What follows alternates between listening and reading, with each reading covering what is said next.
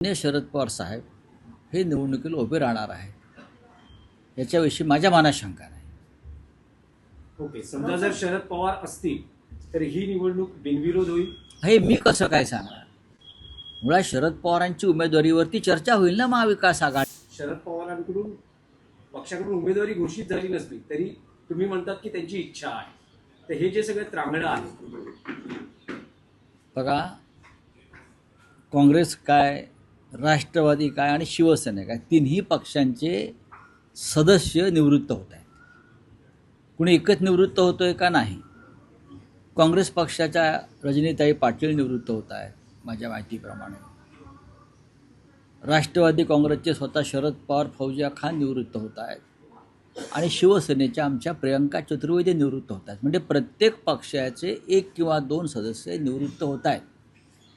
त्याच्यामुळे प्रत्येक पक्ष हा आमचा उमेदवार जावा, आपला उमेदवार जावा म्हणून आपलं मत व्यक्त करतो.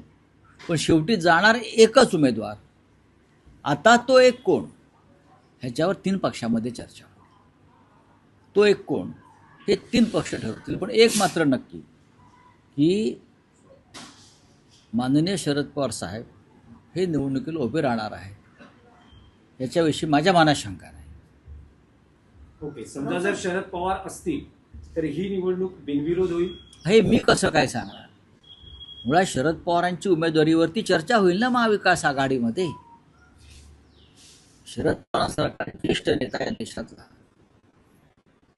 जेव्हा इच्छा व्यक्त करतो की मी अजून एक संधी घेणार आहे, तेव्हा त्याच्यावर 3 पक्षामध्ये चर्चा होईल आणि त्यानंतर